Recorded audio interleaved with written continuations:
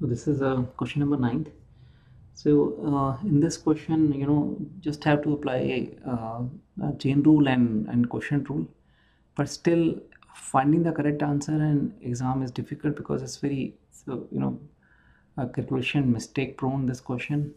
Chances हैं कि आप मिस्टेक करेंगे पक्का, बहुत ध्यान से फुल कंसंट्रेशन से करेंगे तभी आंसर आएगा पीसफुल. बट एग्जाम में how restless you are in exam. So let's understand what kind of question it is. So x and y are the function of x and y both are function of in terms of t, both are in parametric form है, but थोड़ा सा इसमें ये भी f की form है और ये भी f की फॉर्म है, दोनों f दिए हुए हैं, बट ये फंक्शन ऑफ टी स्क्वायर है, फंक्शन ऑफ टी क्यूब है. y is function of T cube, x is function of T square है. निकालना सेकंड डेरिवेटिव है t इक्वल टू 1. तो पहले तो हम यहाँ पे ये करेंगे, चेन रूल लगाना है, तो dy बाई डी एक्स चाहिए which is same as dy by dt divided by dx by dt, right? So in dy by dt means f dash derivative ये है by t क्यूब है, तो वहाँ आ गया हमारा f dash t cube into 3t square divided by same way derivative of x with respect to t करना है, which is F T square है f dash t square into 2t. So if we simplify, cancel t with t, so it is 3 by 2 t f dash t cube divided by f dash t square. अब इसको दोबारा differentiate करना है, second derivative लेना है इसका with respect to x. तो हम चेन रूल लगाएंगे, t का फंक्शन है, with respect to t derivative लेंगे, 3 by 2 को हम बाहर रख सकते हैं, t f dash t cube divide by F dash T square, ये हम और साथ में मल्टीप्लाई करेंगे D T by D X से. चेन रूल है, with respect to X derivative लेना था, विद रिस्पेक्ट टू टी लिया, और जिसके रिस्पेक्ट में डेरिवेटिव लिया है तो उसके डेरिवेटिव से मल्टीप्लाई करना पड़ता है. विद रिस्पेक्ट टू टी लेना, टी के डेरिवेटिव से मल्टीप्लाई करना पड़ेगा. सो दैट समझो डी टी कैंसिल हो गया, with respect to X derivative बन गया, कैंसिल हो गया. अब इसमें यही था चैलेंज कि इसका डेरिवेटिव लेना है, इसमें क्वेश्चन रूल लगाना है, वो ध्यान से लगाना है.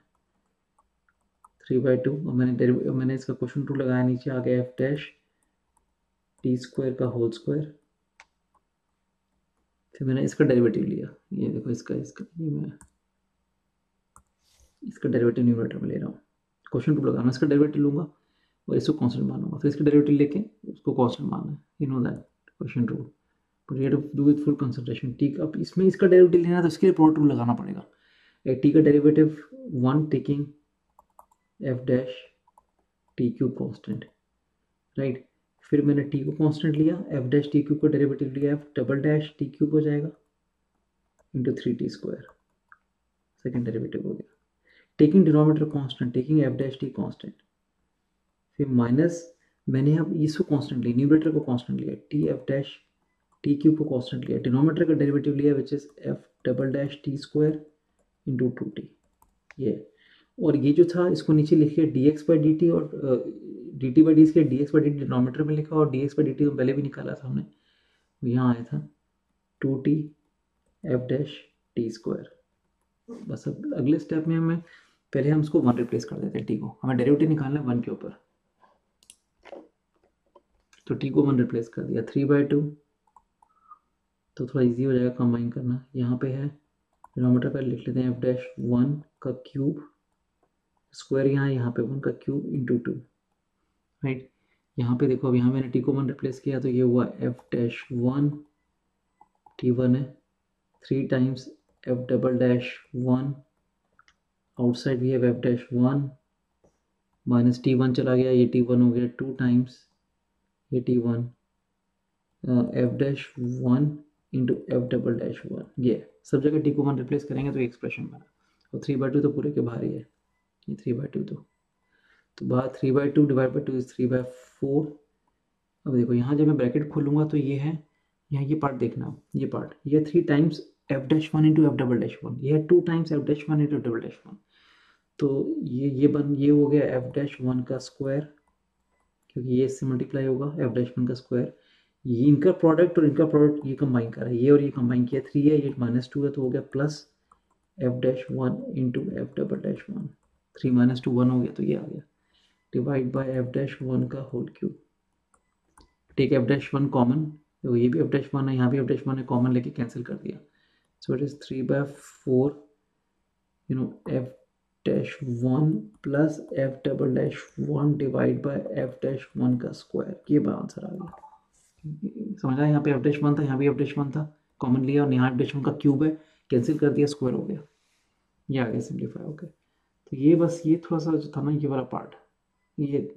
ध्यान से करना था आपने, मिस्टेक होने के बहुत चांस है, एक बारी में आंसर निकालना डिफिकल्ट है। तो कंसंट्रेशन पूरी, ज़रा सी concentration lapse and you will not be able to find the right answer. This is question number 10. So we have to say infinity minus infinity in determinate form. You can replace and check x approaching infinity पे, right? तो ये आ गया infinity square minus infinity plus 1 minus a times infinity minus b. तो आप देख सकते हैं ये infinity है, क्योंकि इसको आप ऐसे भी लिखते हैं, अगर x into x minus one लिखते हैं तो ये भी infinity और x माइनस वन भी infinity, तो ये infinity है, ये भी infinity है, infinity माइनस infinity इन determinate form है, कांस्टेंट से फर्क नहीं पड़ेगा। तो पहले स्टेप में मैं क्या करूँगा, infinity minus infinity generally valuate नहीं करते हैं, उसके लिए हम क्या करते हैं, उसको जीरो पर जीरो इन्फिनिटी पे इन्फिनिटी फॉर्म में लाते हैं एलसीएम लेके। इस क्वेश्चन में एलसीएम लेने को नहीं है, तो मैंने क्या कर दिया कि मैंने एक्स को रिप्लेस कर दिया 1/t, तो आगे लिमिट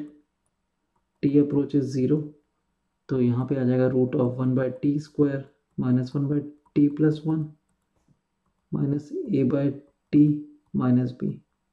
ये देन भी limit T approach is zero, LCM लिया हमने, तो ये हो जाएगा root of T square minus T plus 1 minus ये भी टी है minus A minus B T divide by T, ये टी अप्रोच इज जीरो। देखो आप टी अप्रोच इज जीरो पे डिनोमिनेटर जीरो अप्रोच कर रहा है, और लिखा है कि लिमिटिंग वैल्यू जीरो है, लिमिट एक्सिस्ट कर रही है, फाइनाइट है, डिनोमिनेटर जीरो है, न्यूमरेटर में ये वन को अप्रोच कर रहा है, ये वाला पार्ट,